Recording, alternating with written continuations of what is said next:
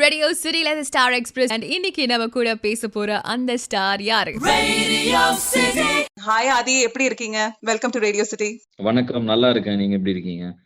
We're all good. Thank you so much. And to start off with, first விஷயம், மறக்க முடியாத ஒரு படம் நீங்களும் கமீடியன் விவேக் அவரும் வந்து கொடுத்தீங்க. ரொம்ப ஒரு பியூட்டிஃபுல்லான ஒரு ரிலேஷன்ஷிப் இருக்கிற மாதிரியான ஒரு மூவி அது. ஸோ ஹிஸ் லாஸ் இஸ் வந்து ஒரு வேர்ட்ஸ்ல போட முடியாத ஒரு சடன் ஷாக்கிங்கான விஷயம். So what would you like to say? அவர் இல்லாத ஒரு விஷயம், அவர் உங்களுக்கு கற்றுக் கொடுத்த விஷயம், அவரை பத்தி சில வார்த்தைகள். ரொம்ப வெரி வெரி பாசிட்டிவ் பர்சன். மீசை முறுக்கு படத்துல வந்து it was a personal movie. So அது it was a personal role too. நான் எழுதுறப்ப அவரை மனசுல வச்சு தான் எழுதினேன்.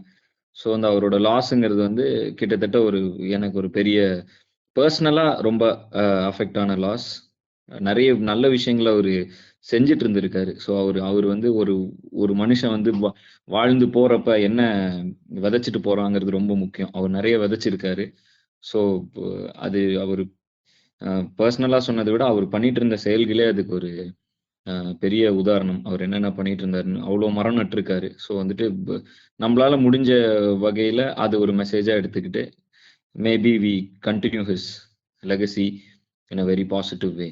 Sure. And you're not very far away from his thoughts நினைக்கிறேன். நீங்களுமே ஒரு சிங்கர் அப்படிங்கறது ஒரு என்டர்டைன்மெண்ட்காக யூஸ் பண்றதையும் தாண்டி you been giving out lovely messages. And இப்போ what you doing is again very exceptional thing. இப்போ ஃபயர் சர்வீஸ் அந்த டிபார்ட்மெண்ட்டை பத்தி ஒரு டாக்குமெண்ட்ரி பண்றீங்க. First of all, why this thought? எதனால இந்த ஒரு விஷயம் ட்ரிகர் ஆச்சுன்னு சொல்ல முடியுங்களா? போன மார்ச் 2020 இந்த கோவிட் பயங்கர ஹைல இருந்தப்ப ஃபயர் டிபார்ட்மெண்ட்ல இருந்து அவங்க டிஎஃப்ஓ ஒருத்தர் ராபின் கேஸ்ட்ரோன்ட்டு அவர் வந்து இன்வைட் பண்ணியிருந்தாரு. இது மாதிரி நீங்க வந்து ஃபயர் டிபார்ட்மெண்ட்டோட ஆக்டிவிட்டிஸ் டியூரிங் கோவிட் நீங்க பாருங்க, நாங்க என்னென்னலாம் பண்றோம்னு பாருங்க, எங்க டிபார்ட்மெண்ட் வாங்க அப்படின்னு ஒரு பர்சனல் நோட்ல இன்வைட் பண்ணியிருந்தாரு. ஸோ சும்மா எங்களுக்கு அதை பத்தி பெருசா எதுவும் தெரியாதனால சும்மா போனோம். ஜஸ்ட் ஒரு ஹாய் சொல்லிட்டு அவங்க டிபார்ட்மெண்ட்ல இருக்கிற அஃபீஷியல்ஸ்க்கெலாம் சும்மா மீட் பண்ணி ஒரு ஹாய் சொல்லிட்டு அந்த மாதிரி ஒரு பர்சனல் இதா போனது. அப்ப அங்க இருக்கிற ஃபயர்மேன் கிட்டலாம் பேசிட்டு இருந்தோம். ஜென்ரலாவே பாத்தீங்கன்னா ஃபயர்மேனும் காக்கி தான், போலீஸும் காக்கி தான். உங்களுக்கு பெருசா டிஃபரன்ஸ் சொல்ல முடியாது. ஸோ அவங்கள பாக்குறப்போ உங்களுக்கு அவங்க போலீஸ் மாதிரியே தெரியலாம். பட் அவங்க எங்களுக்கு அவேர்னஸ் என்னன்னா, தீ பிடிச்சா காப்பாத்துவாங்க, யாராவது இதாயிடுச்சுன்னா ரெஸ்கியூ பண்ணுவாங்க, லாக் ஆயிட்டாங்கன்னா ரெஸ்கியூ பண்ணுவாங்க, விழுந்தா இதுல இது பண்ண ரெஸ்கியூக்கு வருவாங்க. அவ்வளவுதான் வந்து நமக்கு ஜஸ்ட் அவங்க பண்ற வேலையா தெரியும். பட் த மைண்ட் செட் அவங்க கூட பேசிட்டு இருந்த நாங்க வந்து அந்த அம்பத்தூர்ல இருக்கிற ஃபயர் ஸ்டேஷன் போயிருந்தோம். ஸோ அங்க போய் அவங்க வாழ்ற அந்த ஸ்டைல், அதாவது ஒன்னா இருப்பாங்க, ஒன்னா சமைக்கிறாங்க, சாப்பிட்றாங்க. அந்த ஃபயர்மேனோட ஒரு பாதி நாள் தான் அதை சும்மா பார்த்துட்டு இருந்தோம். ஒரு டிஎஃப்ஓ கூட பேசிட்டு அந்த மாதிரி ஜஸ்ட் டைம் ஸ்பெண்ட் பண்ணி ரொம்ப அஃபெக்ட் ஆயிடுச்சு. அந்த கோவிட்லயும் எல்லாரும் உள்ள இருக்கப்ப அவங்க வெளில வந்து அதுவும் அந்த லைஃபை ரிஸ்க் பண்ணி மற்றவங்களை காப்பாற்றணும்னு நினைக்கிற ஒரு மைண்ட் செட் வந்து அது உண்மையிலே பயங்கரமான, it is highest act of bravery. So அதை பாக்குறப்ப இது பயங்கரமான ஒரு மைண்ட் செட். இது எப்படி இவங்க வந்து how are they very normal இந்த மாதிரி ஒரு மைண்ட் செட்ல, அதுவும் அவங்க லைஃப் வந்து ஒரு செகண்ட்ல அந்த மாதிரி நடந்தது. எத்தனையோ பேர் கதைகள் சொல்லிட்டு இருந்தாங்க, ஜாலியா பேசிட்டு இருந்தோம். அப்ப எனக்கு இது தோணுச்சு, இந்த மாதிரி விஷயங்கள் தான் வந்து வெளில சொல்லப்படணும். அந்த டைம்ல ரொம்ப நெகட்டிவா இருந்துச்சு. இந்த மார்ச்ல எல்லாம் வந்து ஒரே இந்த டெத்து, கோவிட் ரைஸ் ஆகுது, எல்லாம் வீட்டுல இருங்க, லாக்டவுன் அந்த மாதிரி இருந்தப்ப we wanted to at least document. And அப்ப எல்லாமே எந்த ஒர்க் எல்லாமே வந்து ஸ்டாப்டு. அப்ப நாங்க வந்து அவர்கிட்ட கேட்டோம், மேபி இந்த கோவிட்லாம் முடிய ஒரு 2 மாசம் ஆகும், நீங்க எங்களுக்கு பெர்மிஷன் தந்தீங்கன்னா நாங்க இதுக்கெல்லாம் கொஞ்சம் டாக்குமெண்ட் பண்ண விரும்புறோம் அப்படின்னு சொல்லிட்டு அவங்களோட கோவிட் ஆக்டிவிட்டிஸ்லாம் சும்மா டாக்குமெண்ட் பண்ணலாம்னு ஆரம்பிச்சு அப்படியே அவங்க கூட ஒரு டிராவல் ஆகி ரொம்ப பர்சனலா கனெக்ட் ஆயிட்டாங்க அதுல நிறைய ஃபயர்மேன். அப்போ அவங்க கதைகளை வெளில சொல்லலாம் அப்படின்னு இது பெரிய பிளானெல்லாம் ஆரம்பிக்கல. பட் ஒரு 1 இயர் ஜேர்னி. எப்பப்பெல்லாம் டைம் கிடைச்சதோ அப்பப்பெல்லாம் அவர்கிட்ட பேசுவோம், டிஎஃப்ஓட்ட பேசுவோம், நிறைய ஃபயர்மேனை மீட் பண்ணுவோம். ஸோ அந்த கதையெல்லாம் கம்பைல் பண்ணி எங்களுக்கு அது வந்து லைஃபோட பெர்ஸ்பெக்டிவே அவ்வளோ நெகட்டிவா இருந்தோம் கோவிட்ல. பட் இவங்களெல்லாம் பார்த்தோன்னே லைஃபோட பெர்ஸ்பெக்டிவே சேஞ்ச் ஆயிடுச்சு. There is only one life. அது எதுக்காக வாழ்றோங்கிற ஒரு விஷயம் ஒன்று இருக்கு. ஸோ அது வந்து இவங்க கூட நாங்க இருந்த அந்த டைம் வந்து கம்ப்ளீட்டா லைஃப் எப்படி பார்த்துட்டு இருந்தோமோ அந்த கம்ப்ளீட்டா அந்த கண்ணோட்டமே மாறணும்னா நாங்க வந்து இதை வந்து ஏன் வந்து நம்ம எல்லாருக்கும் சொல்லக்கூடாது. இதை எங்களுக்கு தெரிஞ்ச ஒரு விஷயம் என்னன்னா ஆர்ட் தான். இதுக்கு முன்னாடி பாத்தீங்கன்னா இதே மாதிரிதான் ஒரு 2 இயர்ஸ் முன்னாடி இப்படிதான் போயிட்டு ஒரு மாடு வாங்கியிருந்தேன். ஸோ அது பர்சனலா ஒரு விஷயமா இம்பாக்ட் ஆகி ஆரம்பிச்சு அது ஒரு டாக்குமெண்ட்ரியா மாறி வந்ததுதான் இந்த டக்கரு, அதுக்கப்புறம் இந்த ஜல்லிக்கட்டு இதுல போய் முடிஞ்சு ஒரு ஒரு விஷயத்த நம்ம வெளில சொன்னாதான் அது மக்களுக்கு தெரியும். ஸோ எனிதிங் அது ஆர்ட் மூலமா கன்வெர்ட் பண்ணி எங்களால சொல்ல முடியுங்கிற நம்பிக்கை இருக்கிறதுனால இந்த கதைகளை கண்டிப்பா நம்ம வெளி உலகத்துக்கு எடுத்துட்டு போகணும் அப்படின்னு அதுக்காக ஸ்டார்ட் பண்ண ஒரு முயற்சி தான். ஸோ ஒரு 1 இயரா அதை அப்படியே பண்ணிட்டு இருந்தோம். இப்ப கம்பைல் பண்ணி இப்ப திருப்பி இந்த கோவிட் ஒரு சர்ஜ் ஆகுது, எல்லாரும் மறுபடியும் லாக்டவுன், கம்ப்ளீட் கன்ஃபியூஷன், நெகட்டிவிட்டி அப்படின்னு இருக்கப்ப இந்த டைம்ல இது அட்லீஸ்ட் ஒரு பயங்கர ரே ஆஃப் ஹோப்பா இருக்கும். எங்களுக்கு அப்படி இருந்துச்சு ஒரு வருஷம், போன வருஷம் ஃபுல்லா. ஸோ அந்த மாதிரி இவங்க கூட இருந்தனால ஸோ அது எல்லாருக்கும் பரவட்டுமேங்கிற ஒரு முயற்சி தான் அது. ஓகே, ஒரு பாட்டு அந்த மாதிரி பண்ணும்போது ஒரு கமர்ஷியல் சக்சஸ் எதிர்பார்க்கலாம். It might become a hit, it might be a trend. But இந்த மாதிரியான சோஷியல் மெசேஜஸ் ஆர் உங்களை இம்பாக்ட் பண்ண விஷயங்களை நீங்க சொசைட்டி கொண்டு வரும்போது what is it that you are expecting in return? என்ன வந்து ஒரு கான்சிக்வன்ஸா வெளியே வரணும்னு எதிர்பார்க்கறீங்க? ஒண்ணுமே இல்லைங்க. நாங்க எதையும் எதிர்பார்த்து பண்றது இல்லை. எங்களை பாதிக்கிற விஷயங்களை ஒரு ஆர்டிஸ்ட்ங்கிற ஒரு கலைஞனா இருக்கப்ப நம்ம பாதிக்கிற விஷயங்களை அதை ஆர்ட்டா கன்வெர்ட் பண்ணி சொல்றோம். இப்ப டக்கர் வந்து ஒரு பாட்டுங்கிறத தாண்டி அது ஒரு 12 நிமிஷம் டாக்குமெண்ட்ரி. அது ஹிட் ஆகும், வைரல் ஆகும் அப்படின்லாம் அது பண்ணல. அது பண்ணோம். அது அது எண்ட் ரிசல்ட் எங்க போய் முடியுதுங்கிறது அது மக்களுக்கு அதனால ஏற்படுற இம்பாக்ட் மூலமா தான் இருக்கும். ஸோ இந்த மாதிரி விஷயங்கள் பண்றப்ப எதையுமே எய்ம் பண்றது இல்ல. மனசுல படுறத வெளில ஆர்ட்டா கன்வெர்ட் பண்ணி சொல்லணும்னு நினைக்கிறோம். அவ்வளவுதான். ஸோ இப்ப இதுக்கப்புறம் மாணவன் ஒண்ணு பண்ணோம். போன ஒரு 2019 தமிழின்னு ஒண்ணு பண்ணோம். அதுவும் கிட்டத்தட்ட ஒரு 2 இயர்ஸ் டிராவல். தமிழ் எழுத்துக்கள் எப்படி உருவாச்சு, ஏன்னா யார் தமிழன், எப்படி தமிழன்னா யாரு, அந்த மாதிரி பல பிரச்சனைகள், பல கன்ஃபியூஷன்ஸ் போயிட்டு இருக்கப்ப இந்த எழுத்து எப்படி எழுத ஆரம்பிச்சாங்க, இது எங்க இருந்து வந்துச்சுன்னு சயின்டிபிக்கா இதை அணுகுவோம். பிலாசபிக்கலா பேசாம இதை சயின்டிபிக்கா பேசுவோம் அப்படிங்கிறப்ப ஒரு தாட் வந்துச்சு, அதை எடுத்து சொன்னோம். ஸோ அது சக்சஸ் ஆகுது, ஃபெயிலியர் ஆகுதுங்கிறதுக்காக நம்ம இதை பண்றது இல்லை. இப்போ படம்ங்கிறப்ப ஒரு படம் பண்றோம்னா அது நம்மளோட பிரெட் அண்ட் பட்டர். என்டர்டெயின் பண்றோம், என்டர்டெயின் பண்றது மக்கள் பாக்குறாங்க, அது மூலமா மணி மேக் பண்றோம், அதான் நம்ம வாழ்வாதாரங்கிறப்ப அது வேற விஷயம். பட் அதை தாண்டி சில விஷயம் இருக்கும் இல்லையா? இப்ப ஒரு சில பேர் மரம் நடுவாங்க, ஒரு சில பேர் இது மாதிரி ஒரு சில பேர் தான தர்மம் பண்ணுவாங்க, சேரிட்டி பண்ணுவாங்க. அது மாதிரி ஒவ்வொருத்தரும் தன் வேலையை தாண்டி ஏதோ ஒரு விஷயம் சொசைட்டிக்காக கிவ் பேக் பண்ணணும்னு நினைப்பாங்க இல்லையா? எங்களுக்கு தெரிஞ்ச இது வந்து ஆர்ட் தான். ஸோ அது மூலமா அதை திருப்பி கொடுக்கணும்னு நினைக்கிறோம். ஸோ பேசிக்கா இது எதுவும் எதிர்பார்க்காம பண்றது. பட் இதனால என்ன நடக்கும்னா எங்களுக்கு இதுல ஒரு மிகப்பெரிய பாசிட்டிவிட்டி கிடைச்சது. இந்த ஃபயர்மேன் கூட எல்லாம் டிராவல் பண்ணப்ப ஒரு பயங்கரமான லைஃபோட பெர்ஸ்பெக்டிவே மாறுச்சு. ஸோ மேபி இந்த கதைகள் சொல்றப்ப டவுனா இருக்கிற யாருக்காவது பெர்ஸ்பெக்டிவ் மாறலாம்ல. ஒருத்தர் இது இம்பாக்ட் பண்ணா கூட போதும். டக்கரும் அப்படிதான் பண்ணும். யாரோ ஒருத்தருக்கு இந்த விஷயம் பரவனா போதும்னு நினைச்சோம், அது நிறைய பேருக்கு பரவச்சு அது ஒரு இம்பாக்ட் கிரியேட் பண்ணுச்சு. அது மாதிரி இது ஒரு விஷயம், அவ்வளவுதான். That's awesome because நீங்க what you started off அப்படிங்கும்போது people நிறைய காலேஜ் ஸ்டூடெண்ட்ஸ் வந்து உங்களோட ரிலேட் பண்ண முடியற மாதிரியான ஒரு வைப்ஸ்ல இருந்தீங்க. ஸோ இப்போ இந்த மாதிரியான குட் காசஸ், சோஷியல் மெசேஜஸ் வெளியே கொண்டு வரும்போது I think it will create a great impact. It's a lovely thing that you doing. Coming back to Theeveeran, இப்போ நிறைய பேர்கிட்ட இன்புட் எடுக்கிறதுக்காக I think you been meeting them. அதுல சைலேந்தர் பாபு அவர்கள் who's huge inspiration for many of us across Tamil Nadu and across the world. So அவரை வந்து meet பண்ணும்போது what was the learning from him and what was the impact? அவரு one of the senior most officers. அவர் தான் DGP fire டிபார்ட்மெண்ட்ல. போனோன்னா அவரு எங்ககிட்ட முதல்ல அவரோட ஹெல்த், ஃபிட்னஸ் அது பயங்கர இம்பார்ட்டன்ஸ் கொடுத்தாரு. கோவிட் டைம்ல தான், மார்ச்ல தான் பார்த்தோம் போன டைம் பீக்ல இருந்தப்ப. அவ்வளோ ப்ரிகாஷனா, அவ்வளோ பர்ஃபெக்டா மாஸ்க் போட்டு சானிடைஸ் பண்ணி முன்னாடி ஒரு கிளாஸ் பாக்ஸ் அதெல்லாம் அப்ப வரல. அந்த அப்பதான் கோவிட் ஆரம்பிக்குது. ஸோ இன்னும் அவேர்னஸே வர்றதுக்கு முன்னாடி அவர் அவ்வளோ பர்ஃபெக்டா வச்சிருந்தாரு அவர் officer.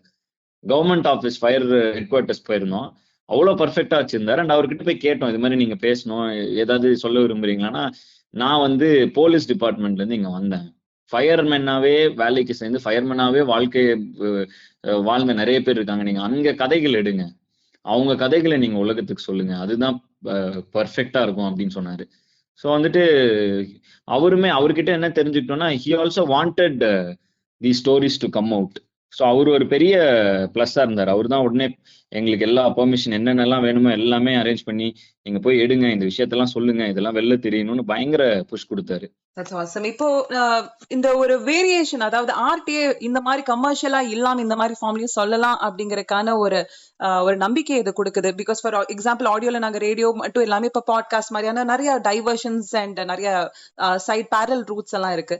So to you think documenting something like this is also important? நம்மளோட இதுல அது கமர்ஷியல் ஆஸ்பெக்ட்ஸை விட்டுட்டு நிறைய இருக்கு இந்த மாதிரி உள்ள, அது எல்லாத்தையும் நான் தனியா பண்ண முடியாது, நிறைய பேர் they should come forward and get involved in this அப்படிங்கறத would you encourage this documentary culture generally? ஏன்னா நீங்க நிறைய இப்ப பண்ண ஆரம்பிக்கிறீங்கிறதுனால கேக்குறேன்.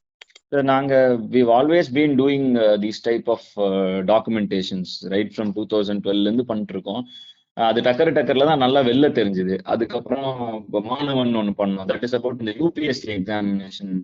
அது எப்படி ஒரு சேஞ்ச்னா என்ன அந்த மாதிரி. ஏன்னா அந்த டைம்ல நிறைய போராட்டங்கள் அது இதுன்னு பயங்கரமா எல்லா யூத் எல்லாம் வந்து போராடணும் அப்படிங்கிற ஒரு மைண்ட் செட் வந்து எப்படி போராடணும், எப்படி போராடினா என்ன கொண்டு வரலாம் அப்படிங்கறது வந்து அதே மாதிரி யூபிஎஸ்சி இது ப்ராப்பரா தான் எது பண்ணாலும் அதுல இன்ஃபர்மேட்டிவா இருக்கணும். More then emotion there should be intelligence in it, knowledge in it. எமோஷனை ட்ரிகர் பண்ணி அதன் மூலமா கிடைக்கிற சேஞ்சுங்கிறது வந்து ஷார்ட் லிவ்ட். பட் நாலேஜ் மூலமா அவேர்னஸ் கிரியேட் பண்ணி அது மூலமா வரப்போற சேஞ்சுங்கிறது வந்து அது மிகப்பெரிய சேஞ்சா இருக்கும்.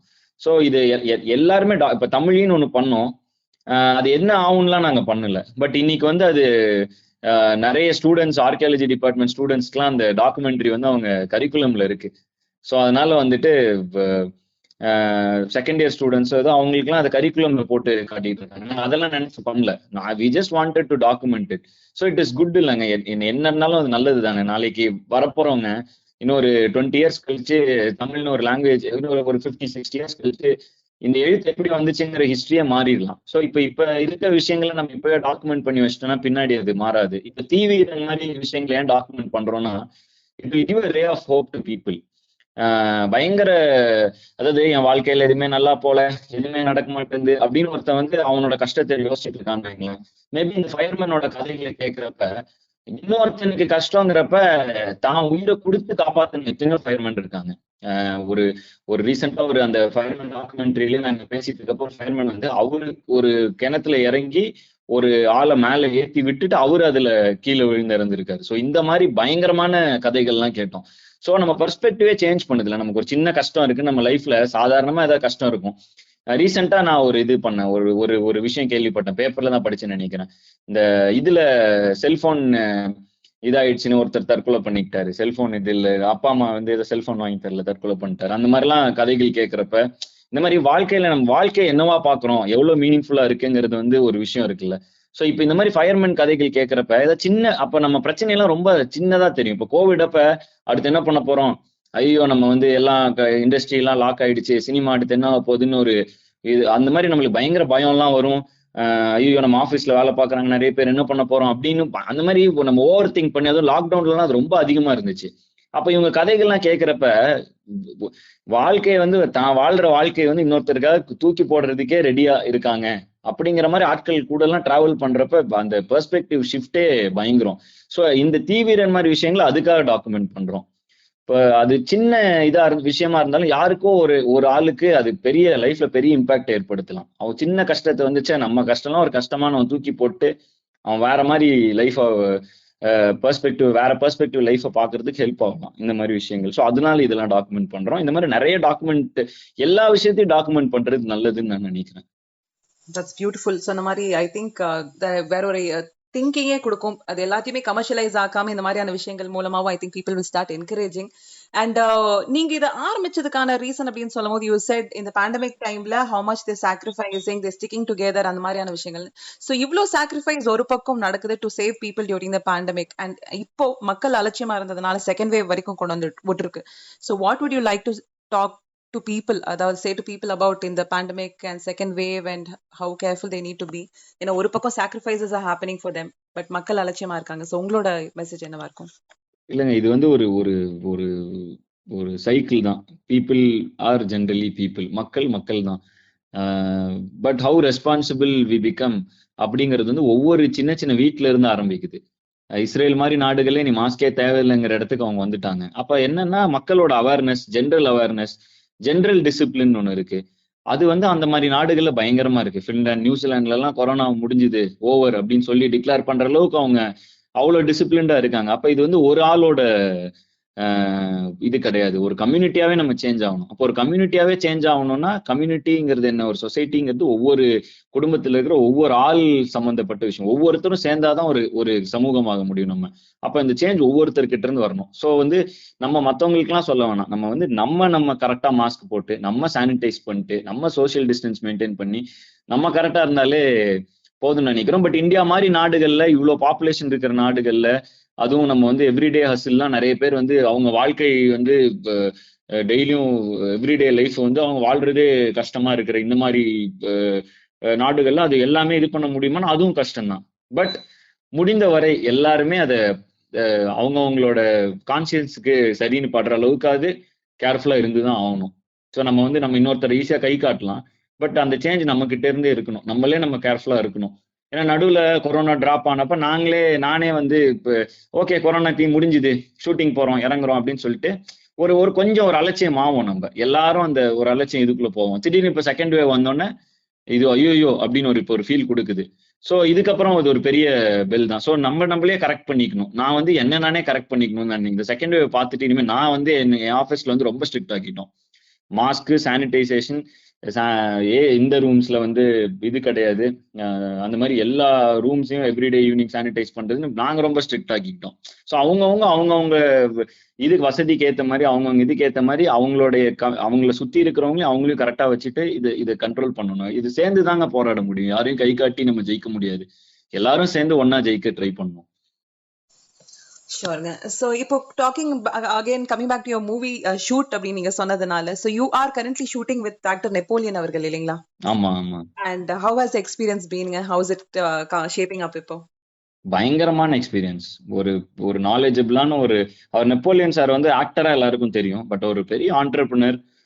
அவர் வந்து யூஎஸ் சிட்டிசன். அவர் இந்தியன் சிட்டிசன் இல்லை, அவர் யூஎஸ் சிட்டிசன். இந்தியால இருந்து யூஎஸ்ல போய் அங்க ஒரு பெரிய சாம்ராஜ்யத்தை உருவாக்கி அதுல அவர் கிங்கா வாழ்ந்துட்டு இருக்காரு. ஸோ அவர் ஒரு பெரிய பிஸ்னஸ் மேன். ஸோ அதுவும் ஸ்கிராச்ல இருந்து பில்ட் பண்ணி நான் பெருசா ஏதாவது பில்ட் பண்ணணும்னு நினைக்கிற என்ன மாதிரி பசங்களுக்குலாம் அவர் கதைகள் வந்து மிகப்பெரிய கிட்டத்தட்ட அது என்ன சொல்றது, ஒரு என்சைக்ளோபீடியா தான். அவரு நிறைய கத்துக்கிட்டேன். ஒரு 40 நாள் கூட இருந்தோம்.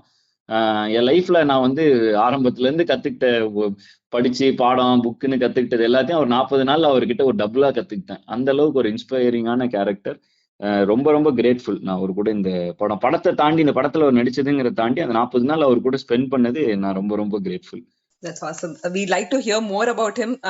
நீங்க இந்த மூவி அப்போ I think you'll tell us more about what you learned from him. எங்களுக்கு கண்டிப்பா அவரோட இன்டர்வியூஸ்லாம் இன்டர்நெட்ல இருக்கு. ஸோ அதை சும்மா பசங்களாம் ஜாலியா அதை போட்டு பார்க்கலாம். அவர் மாதிரி ஆட்கள் வந்து அவருடைய பெர்ஸ்பெக்டிவ் ஆன் லைஃபும் அவருடைய பெர்ஸ்பெக்டிவ் ஆன் ஒர்க்கும் அவருடைய எத்திக்ஸும் ரொம்ப இன்ஸ்பைரிங்கா இருக்கும். ஸோ அவர் ஆல்ரெடி நெட்ல இருக்கு. அவர் ஒரு ஆக்டரா பார்க்காம அவர் ஒரு இந்த மாதிரி ஆங்கிள் அவரை பார்த்தா நம்ம கண்டிப்பா அது நிறைய கத்துக்கலாம் அவர்கிட்ட இருந்து. And thank you so much, Adi. And personally, நான் from Coimbatore, so very proud, the son of the soil அப்படின்னு உங்களை வந்து ஒவ்வொரு தடவையும் சொல்லிக்கிறதுல it's so motivating that you're doing so much. இவ்வளோ நேரம் இருக்கு, இவ்வளோ பண்ணலாம் அப்படிங்கிற பல விஷயங்களை வந்து மோட்டிவேஷனலா ஒவ்வொரு தடவையும் இறக்கிட்டே இருக்கீங்க, சர்ப்ரைஸ் பண்ணிட்டே இருக்கீங்க எங்களை. You're inspiring a lot of people. I don't know how much you realize that. Do continue to do the same and keep us proud. Thank you. Thanks a lot for this interview. நாங்க எங்களோட பங்கை வந்து இது மாதிரி document பண்றது மூலமா நாங்க ஒண்ணு பண்றோம்னா அதை மக்கள்கிட்ட எடுத்துட்டு போய் சேர்க்கிற மிகப்பெரிய விஷயத்த அதை கொண்டு போய் ரீச் பண்ற சேனல் விஷயத்த நீங்க தான் பண்ணி தரீங்க. ஸோ அதனால உங்க எல்லாருக்கும் ரொம்ப நன்றி. இது வந்து ஒரு படம் கிடையாது. தீவீரன்கிறது ஒரு டாக்குமெண்ட்ரி. இது வந்து மானிட்டரி இதெல்லாம் இல்லை. இது வந்து ஜஸ்ட் எங்களுக்கு இது சொல்லணும்னு தோணுச்சு, அதனால இதை இதை எடுத்து ஜஸ்ட் ரிலீஸ் பண்றோம். ஸோ எல்லாருக்கும் முடிஞ்ச அளவுக்கு பரப்புங்க. It is just a good feeling. இது ஒரு நல்ல ஃபீலிங் இருக்கும். இதை பார்த்து முடிச்சா ஒரு நல்ல சந்தோஷமா இருக்கும். அவ்வளோதான் இது. ஸோ வந்துட்டு thanks for all the support radio city has been offering. ரொம்ப நன்றி. அண்ட் இதை கேட்டுட்டு இருக்கிற எல்லாருக்கும் நன்றி. Awesome. Thank you so much, Adi. All the very best. And as always, you were such a darling. ரொம்ப நன்றி. Thank you so much. Lovely talking to you. Thank you, Madhya. ரொம்ப நன்றிங்க. Thank you. Thank you.